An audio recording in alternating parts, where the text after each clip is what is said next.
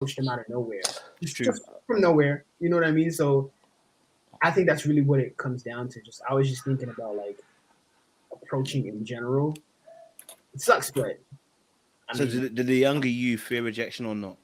Were you all right with it? absolutely. What me personally, I'm an introvert. I don't Mm. really like to be. I'm not like someone who engages very often, right? But I do find the value in like good conversation. So I would be in positions in which I would become friends with a lot of very Mm. women, but I was just like, I'm not sure how far I can take it because I'm not sure if they're into someone like me. I'm not sure if we align in that regard. Over time, I began to switch my thinking like, okay, but are they the right match for me? You know what I mean? I think that's you from what I've seen, that's usually the context for more confident men. Like, no, I'm not trying to gain your favor. You have to get into my good graces. Mm. I'm the one who's bringing something to the table. I'm the one who has to risk something. There better be a reward for whatever I'm risking, even if it is rejection. Because I do think that everybody fears rejection to a certain extent. And no matter how you try to cover it up, there's a certain part of you that knows it's a risk. Some people like that thrill. Some people are avoidant of it.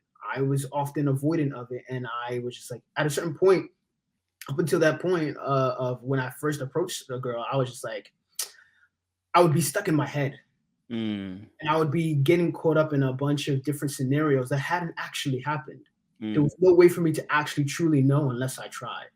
So until I actually tried, then I would be caught up in like, okay, the what ifs, and it's the what ifs that probably like kept me from experiencing a lot more, and I probably would have had a lot more reward for my risk because come back years later, I find out this one was actually interested, that one would have been open, this one, and it's like, how come you didn't say anything?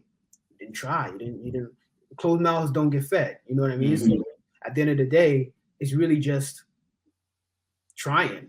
Mm. You just got to do sometimes. Yeah, I'm with you on that, bro. I mean, yeah, I think you kind of learn it over time, innit? But when you're younger, I think, especially when you're talking about school and talking about school times and stuff like that, the school is your whole world, man. Do you know what I mean? If that falls apart, it is tough to come back from that. And I think it's one of those things where you need you need somewhere, you need a mentor, or you need a space where that tells you, listen, get up, keep trying again, because it only, you're fearful of, like I said, not just being rejected but being laughed at, being embarrassed. You know what I'm saying? Embarrassed. You know what I'm Yeah. saying? Like, the YouTubers will know, like, people know this should know already. I already told that story where a girl told me I was a two. You know what I'm saying? I had to take it on board, bro. What can I do about it, brother? A girl that I actually liked told me I was a 2 out of 10, bro. So it's like you almost have to kind of develop this thick skin. But if you're not having someone in your corner kind of telling you this is normal, bro, you know what I'm saying? You gotta be confident. You know what I'm Mm-hmm. saying? And you gotta stick with it, bro. You know what I'm saying? Yeah. Because as you were saying, bro, you do become more aware, or at least you develop a thought process that says, I'm not sure if that girl will actually like me. I'm not sure if she'll, like my sauce. You know what I mean? Because if I Mhm. look at the other guys that potentially she may have been liking in the past, I don't fit that narrative at all. I'm not the bad boy.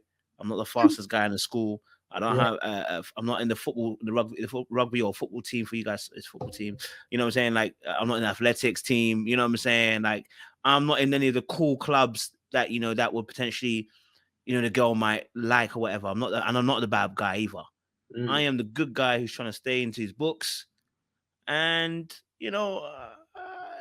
that's where I'm at. Do you know what I'm saying? Like it, and so you do start to think, what can I offer? And when you're young, do you know what I mean? What can I offer that these bad boys are offering? Like you start putting yourself down. You know what I Mm. mean? And it's tough to get out of that mindset when you're really young. As you get older, you kind of come out of it, but when you're younger, it's tough, bro. Yeah. It's tough. That's true. It's That's tough, true. man. Honestly, I feel like that kind of mindset, it's tough to get out of because Mm, you're not really putting stock into your own value. mm. You're basically saying you have nothing to offer. This is it. That's really more about how you see yourself rather than anybody Ooh, else sees you. come on. That's the first thing that should be fixed, right? Like, okay, I don't have this, I don't have that, but what do I have? Mm. There's always something that you can bring to the table.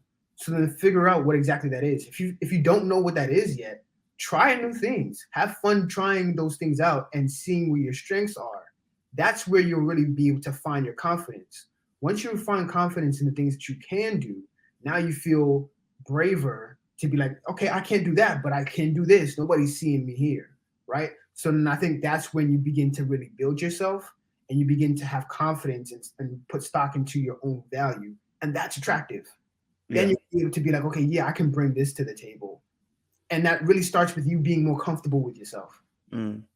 I'm with you on that, bro. Problem with that is, I'm talking about young people now, not Yeah, necessarily us, our younger selves. The problem with that is that you need someone who's going to be able to let you know that there is value outside of what your coexisting world is showing you right there and there.